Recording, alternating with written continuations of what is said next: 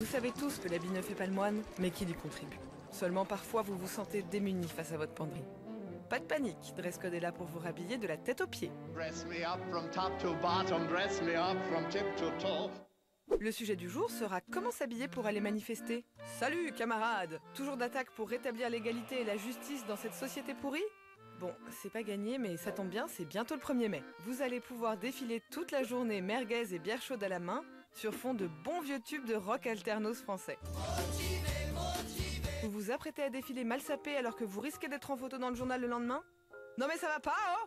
Si vous voulez vraiment changer le monde, dites-vous bien que c'est justement pour être dans le décompte de la police et pas seulement celui des organisateurs qu'il faut faire attention à ce que l'on met. Pour manifester looké, pensez à Jane Fonda et son look 70s de fille qui proteste. T-shirt sans soutien-gorge, petit foulard au cou, casque de GI sur la tête, jean taille haute à la coupe droite et grosse basket, idéal pour détaler rapidement si vous avez gentiment foutu la merde.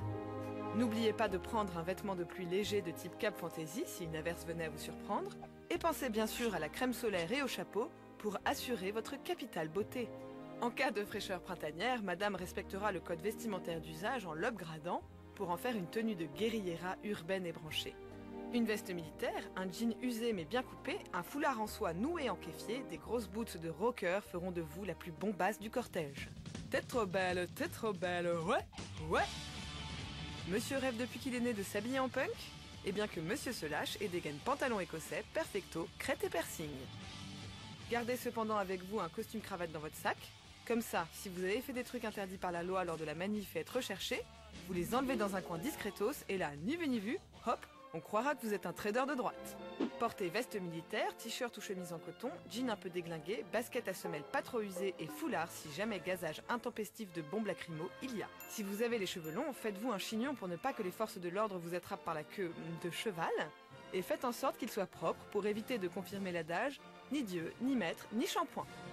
Gardez avec vous votre casque de scooter en cas de jet de projectile pour protéger votre tête plutôt que d'opter pour le look plastarir.